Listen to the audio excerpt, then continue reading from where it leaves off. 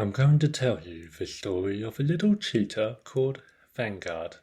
All of his school friends know him as a dreamer, as someone who lives with his head in the clouds.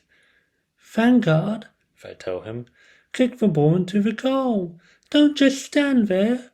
Oh man, Vanguard, you lost the ball again. Stop daydreaming. But Vanguard has always kept dreaming. Ever since he and his babysitter, Softy Tiger, journeyed up to the top of a mountain to meet the mysterious famous adventurer Spiky Lightning a few months ago, he dreams of becoming a great explorer himself, to travel to unknown worlds and see things that others can only dream of. But until then, he is stuck in school, only dreaming of what could be. So let's sit down around this little campfire that we call life and catch up on the stories of Vanguard as he works to become a great explorer. Vanguard, what is the troposphere? Penny, Vanguard's sister, pointed at the sheet of paper on the desk in front of him. Vanguard said. I don't know. Something to do with clouds? You should know this, Penny groaned. I taught you it last week. What is the biggest city in Alaska, USA? I don't know. I don't care. It's not really important to me to become an explorer.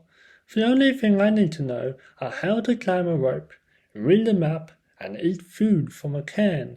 That's what it says in the Trusty Explorer's survival book. Penny is older than Vanguard by 3 years, and really smart. So smart that she was able to skip all of high school and go straight to university. Her classes had already ended for the year, so she is able to stay home and look after Vanguard while their mother works extra shifts at work. Because she is in university, she has come back knowing things about the world that grown-ups know. Things like what Vanguard needs to be doing in his spare time. More importantly, what he shouldn't be spending time on. That book is written for kids. How often do you need to climb a rope anyway? Penny crossed her arms. What if a wild leopard is chasing us down in the middle of the jungle and we have to climb a tree to escape? Vanguard argued. There are no wild leopards in the city. People are civilized now. They go to work at jobs and use that money to buy food. What you should be worrying about is whether or not you have the grades to move to grade 5. Your test scores are on average C-. You are in danger of being held back for a year. Plus, Penny smiled smugly, leopards can climb trees, you know. Vanguard hated it when Penny uses her smarts against him, but she was right. He was slacking off at school and only looking forward to when his friend and part-time babysitter, Softy Tiger, came back from his holiday. Softy had gone away soon after their trip up the mountain to work on a secret project. The only thing Softy had said about his project was that it would be awesome and he'll be back in 4 months' time. During this time, the only thing Vanguard could do was wait and go to school. Tick, tick, tick. The hand on the clock in the classroom twitched by so slowly. Vanguard yawned. It was 3:23 p.m. How many minutes were left until school ended that day? Vanguard wondered. 60 minus 23, Vanguard thought. 60 minus 20 is 40, but there were 3 minutes left to count from the 23 minutes, so 40 minus 3 is 37. Still 37 minutes left. Such a long time to wait. Vanguard huffed. He was so bored. What is 13 plus 7? His teacher, Mr. Farnacle, asked. Anyone want to answer this on the board? No one raised their hands. Sam Bingo passed a note to Vanguard. Maybe we can go exploring, have a quick, and we can go find some crabs again. Vanguard nodded to Sam. Mr. Farnacle took this as a yes to answer the question. Excellent. Vanguard Cheetah. Good work for volunteering. The sooner we are done, the sooner we can go home for the day. Mr. Farnacle smiled and put the blackboard chalk in Vanguard's paws. Suddenly there was a crash outside of the building. Something was floating down just in the middle of a school courtyard, leaving the classroom in shadow. Everyone ran to the window to see what it was. Hang on, we need to finish the maths problem. Mr. Farnacle frowned, but he too rushed to the window himself. Oi, Vanguard, look at what I built. It was Softy. He was back from working on his project, and now he was wearing a train conductor's outfit, standing on top of a floating wooden train that was being lifted up by a giant red-colored balloon. I made a flying wooden train. He grinned from ear to ear. Softy motioned Vanguard to hop on. Stop right there, Mr. Farnacle said. You are not Vanguard's mom or sister. I can't let Vanguard get on that train with you. Softy pulled out a card from his wallet. Mr. Farnacle read it out loud. Softy Tiger, professional babysitter, client Vanguard Cheetah. Okay, that settles it. Hey, it was Penny, waiting to pick up Vanguard from school. You have to go home and do the extra study on tropospheres I gave you. Softy fluttered his hand to reassure Penny. It's okay. I already talked to your mom, Penny. She said it was okay for me to take you and Vanguard for an adventure after school today. We can go get some seafood. I know a place in the North City. She did? Penny raised her eyebrow. Even in that ugly flying wreck of a train? Are you sure she didn't mean for us to just take a car? Can this thing even fly for more than 3 hours in the air? She pointed at the floating wooden train. This is perfectly safe. I flew here from my warehouse in Hawaii.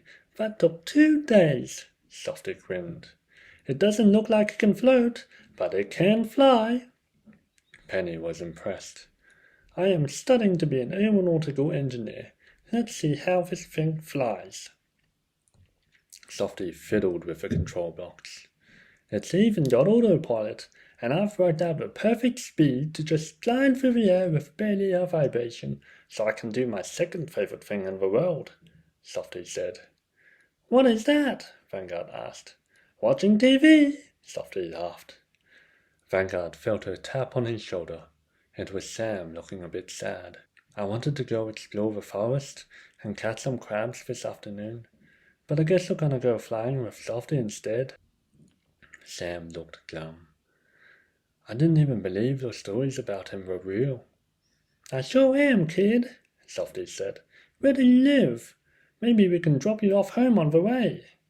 Really? Sam asked. My parents will be home late anyway. They volunteer by planting more trees in the forest. Sure thing, Softy replied. But you should let them know anyway. Okay, I'll message them then. I just live down the road from Vanguard, by the way. 2 streets away. Easy, let's go, Softy said. They all boarded the train. Softy went to the engine room and pressed the button to inject fuel into the furnace. Brrrr. The train's exhaust billowed. Hot air expanded the balloon, and the train lifted off the ground. Jog, jog, jog. Whee! Everyone laughed. We are flying! Vanguard couldn't believe the adventure he was starting to have. They flew over the city and passed by skyscrapers.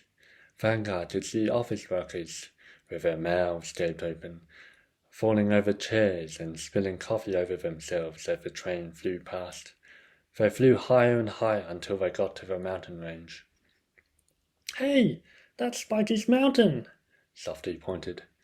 And there it was, It looked like a small hill underneath them. Vanguard imagined Spiky looking up and giving them a thumbs up of approval. They flew even higher and higher. Okay, we can fly to the North City for some seafood before going back home to South City. Sam, can you set the GPS for North City? It should be the first saved option. Softy grinned.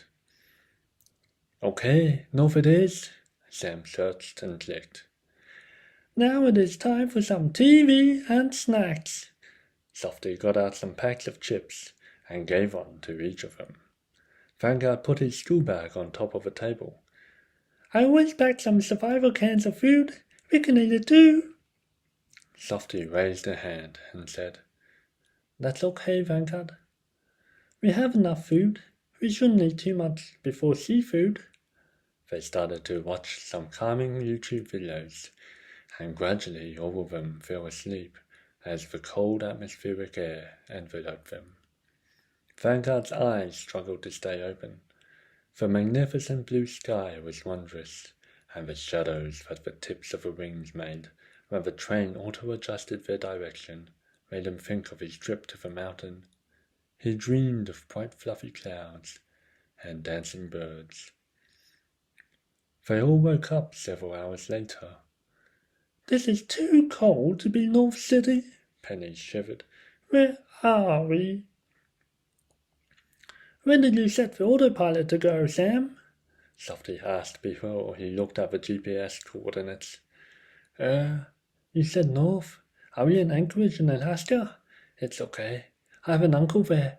He can help us. It's the biggest city in Alaska by population, you know, Sam said. Oh no, we're not in Alaska, Softy said.